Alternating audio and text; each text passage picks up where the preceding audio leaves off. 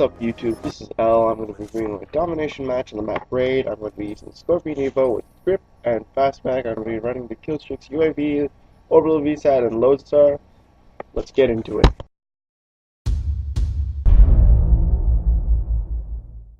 Alright, to start off, I'm going to try to get these points on A Domination. Excuse me. And then I'm going to go to this left side, because I really want to rush the B Domination so that I can get points for it. And so, because there's a lot of traffic on B Domination. Unfortunately, though, right here I get killed by a bouncing Betty, and I really couldn't have done anything about that. It kind of lagged on me, and I didn't really hear it until after it blew up, so an unfortunate death right there. Anyway, so right here I want to pause it because, okay, notice how I saw this guy through the window, and then I brought up my sight, and then I slid into this position where I had the cover, and then I used a flashbang to try to get the advantage, but I didn't get a hit on him. So I just went into close quarters combat, where this gun is amazing at close quarters combat because it has a decent amount of damage and it has a very good fire rate. So pretty much most close quarters combat where you have like anything, pretty much if you have the advantage at all, you win. And yeah, that's just the thing with the Scorpion. The Scorpion's really good overall. I really like it. Okay, notice how I'm the host, and notice how close this guy is. So I know this guy is really close. So notice what I do. I'm going to knife this guy. Watch. So instead of trying to shoot that guy, I actually knifed him. Why did I do that? Well, because he was in the range of being knifed, so it was going to be an easy kill. Plus, that's faster than trying to shoot him like I did. Just trying to shoot the guy and kill him, because bullets take longer than knives in this game, because knives are insta kills, and that we all know how that works for this game.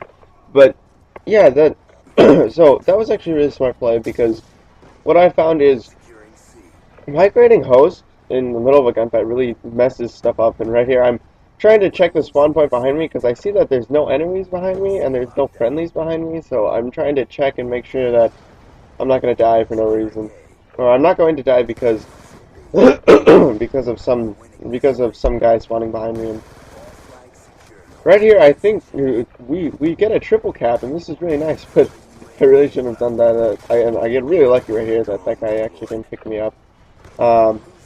And I was able to pick up my orbital VSAT right here. This is a really nice first run after that unfortunate first death. And sniper, and I'm actually going to, I think I pick up my lodestar somewhere around here, right here.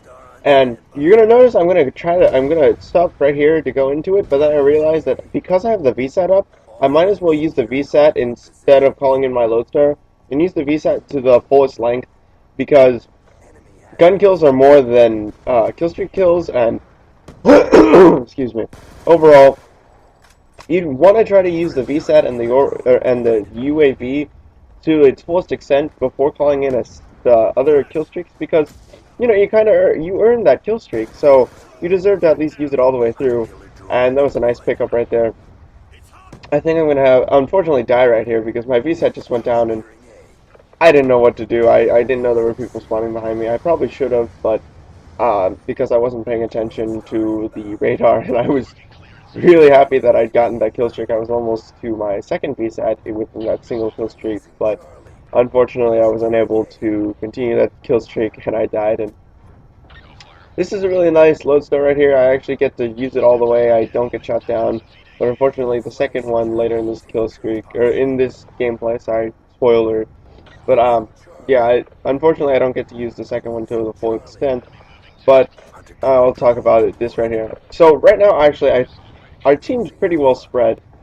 We pretty much have almost every part of the map covered by one person, so it's really hard to focus one area where I'm going to get a whole bunch of kills, because there's not going to be lucky kill right here. I didn't know how he didn't see me, but anyway. Unfortunately, when you have a triple cap, you don't know exactly where they're going to spawn, so you're not going to be able to focus where they spawn and be able to get, you know, a whole bunch of kills just because you're focusing one area and killing them right as they spawn. So, unfortunately, I was unable to do that, but I don't know, I feel like I got a pretty decent amount of kills, and here I am forcing the gunfight in my favor because I think that guy had an SMR. So especially against like mid to long range weapons like that, forcing close range combat is especially good. And not so great spawning right there, but what do you expect from Call of Duty? And right here, I want to pause it because notice what I do. So there was just an LMG guy that shot at me. So I'm going to go around this corner with my sight up. And I'm not going to stand up because I got hit by that bouncing Betty. I'm actually going to try to get the advantage on him, and I did right there. I actually jumped so that I would go into close quarters combat, and I would have the advantage because I'm using the Scorpion, and it's a close quarters combat weapon, and it's just overall really good at close quarters. Plus, I was forcing it where I had the advantage because I was higher up, probably didn't have his sight up. And even though I didn't have my sight up, I had the advantage because I knew where he was and he didn't know where I was. Or he knew relatively, but I knew exactly where he was and he didn't know exactly where I was. And oh my goodness, that was a really nice last kill right there. I think that was a bit lucky more than skillful, but I'm not gonna say anything bad. I mean, that was a pretty decent last kill. So anyway, gonna pick up these points from C Domination, and I'm going to rush B Domination. And notice what I do. I actually throw a flashbang and then I hide behind this van. And the reason for that is because I'm gonna try to get the advantage by throwing a flashbang and seeing if I can get a hit. So first of all, I can give myself the advantage if I go into that gunfight, and second, you can get 50 points of assist for that kill. Oh, right here I want to pause it because look at my UAV or my radar. So notice that there's a guy over here I'm looking at, and then I decide to go over here to use this cover to actually give myself the advantage and be able to pick that guy up.